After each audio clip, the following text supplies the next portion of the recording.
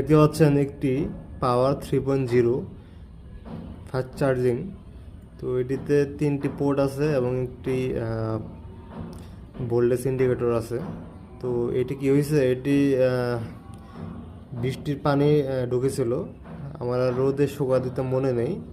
তারপর যখন আমি লাইন দিয়েছি তখন স্পার্ক করে ভিতরের সার্কিট পড়ে গেছে। তো এখন দেখাবো এটির ভিতরে কি কি রয়েছে বা কি নষ্ট হয়ে গেছে সেটি বলার চেষ্টা করব। দেখতে পাচ্ছেন এটি হলো 5 ভোল্ট 3.1 এম্পিয়ার একটি চার্জার, মোটামুটি ভালো কোয়ালিটির। তো দেখতে পাচ্ছেন এই সার্কিটটি খোলার পর এরকম দেখা যাচ্ছে। তো এই হলো মোটামুটি সার্কিটের কোয়ালিটি আমি মোটামুটি ভালো বলবো, চায়না হলো বা কোনো ব্র্যান্ডের না হলেও মোটামুটি কোয়ালিটি ভালো। তো এখানে একটি ভোল্টমিটার রয়েছে, হ্যাঁ, আর 3টি ফাস্ট চার্জিং ইউএসবি। তো আমার মনে হচ্ছে এইখানে এই রেজিস্টরটি পুড়ে গেছে, এগুলো টেস্ট করতে হবে।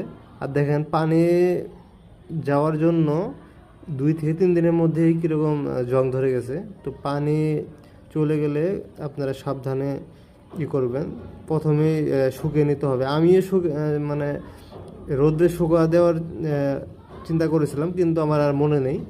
যখনই আমি সার্কিটটি আর কি করা হয়েছে তখনই আর কি স্পার্ক করে এটি হয়তো নষ্ট হয়ে গেছে। এখন দেখা যাচ্ছে এদিক দিয়ে একটু কালো হয়ে গেছে। এখন এখানে অনেক মসফেট আইসি অনেক কিছুই আছে।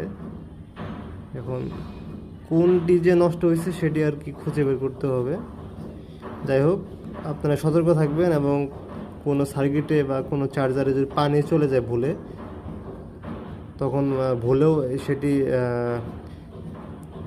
কোনো কারেন্টের লাইনে দেবেন না, আগে শুকিয়ে নেবেন ভালোভাবে, কোনো পানি যেন না থাকে। তারপর যদি আপনি ইউজ করেন তাহলে ঠিক আগের মতোই সার্ভিস পাবেন।